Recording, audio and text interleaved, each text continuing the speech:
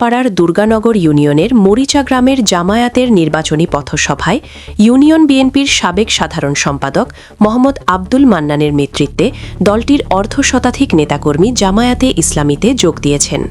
বুধবার সন্ধ্যায় এ যোগদান অনুষ্ঠানে সিরাজগঞ্জ ৪ উল্লাপাড়া আসনের জামায়াতের মনোনীত এমপি প্রার্থী মাওলানা রফিকুল ইসলাম খান উপস্থিত ছিলেন। তিনি বিএনপি থেকে যোগ দেওয়া নেতাকর্মীদের ফুলের মালা পরিয়ে বরণ করেন।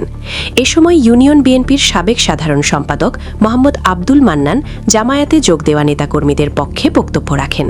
তিনি বলেন, ইসলামী শরিয়া অনুযায়ী দেশ পরিচালনার লক্ষ্য নিয়ে কাজ করা বাংলাদেশ জামায়াতে ইসলামীর প্রতি সমর্থন জানিয়ে আমি ও আমার কর্মী এবং অনুসারীরা এই সংগঠনে যোগদান করছি।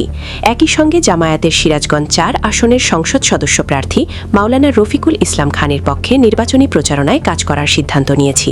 পথসভায় আরও বক্তব্য রাখেন জামায়াত নেতা অধ্যাপক শাহজাহান আলী, আশরাফুল আলম মোতানেব, আলাউদ্দিন আল আজাদ প্রমুখ।